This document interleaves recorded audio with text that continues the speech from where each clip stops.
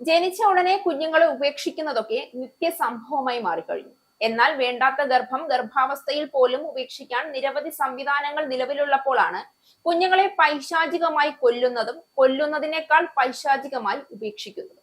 മുലപ്പാൽ കൊടുക്കേണ്ട വായിൽ കല്ലിട്ട് പശ ഒട്ടിച്ച് വലിച്ചെറിഞ്ഞ സംഭവം അതിദാരുണമായി മാറുകയാണ്. രാജസ്ഥാനിലെ ഭിൽവാര ജില്ലയിൽ കാട്ടിൽ ഉപേക്ഷിച്ച നിലയിൽ 15 ദിവസം പ്രായമായ കുഞ്ഞിനെ കണ്ടെത്തി.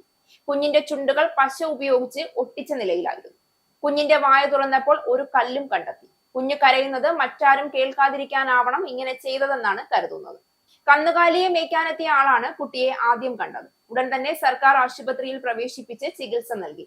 ഭിൽവാരയിലെ മണ്ഡൽഗഡ് നിയമസഭാ മണ്ഡലത്തിലെ ബിജോളിയ പോലീസ് സ്റ്റേഷൻ പരിധിയിലാണ് സംഭവം റിപ്പോർട്ട് ചെയ്തത്. സീതാകുണ്ട് ക്ഷേത്രത്തിന് മുന്നിലുള്ള റോഡിനോട് ചേർന്നുള്ള കാട്ടിലാണ് കുട്ടിയെ കണ്ടെത്തിയത് എന്ന് പോലീസ് അറിയിച്ചു. പോലീസ് കേസ് രജിസ്റ്റർ ചെയ്ത് അന്വേഷണം ആരംഭിച്ചിട്ടുണ്ട്. കുട്ടിയുടെ മാതാപിതാക്കളെ കണ്ടെത്താനാണ് ശ്രമം.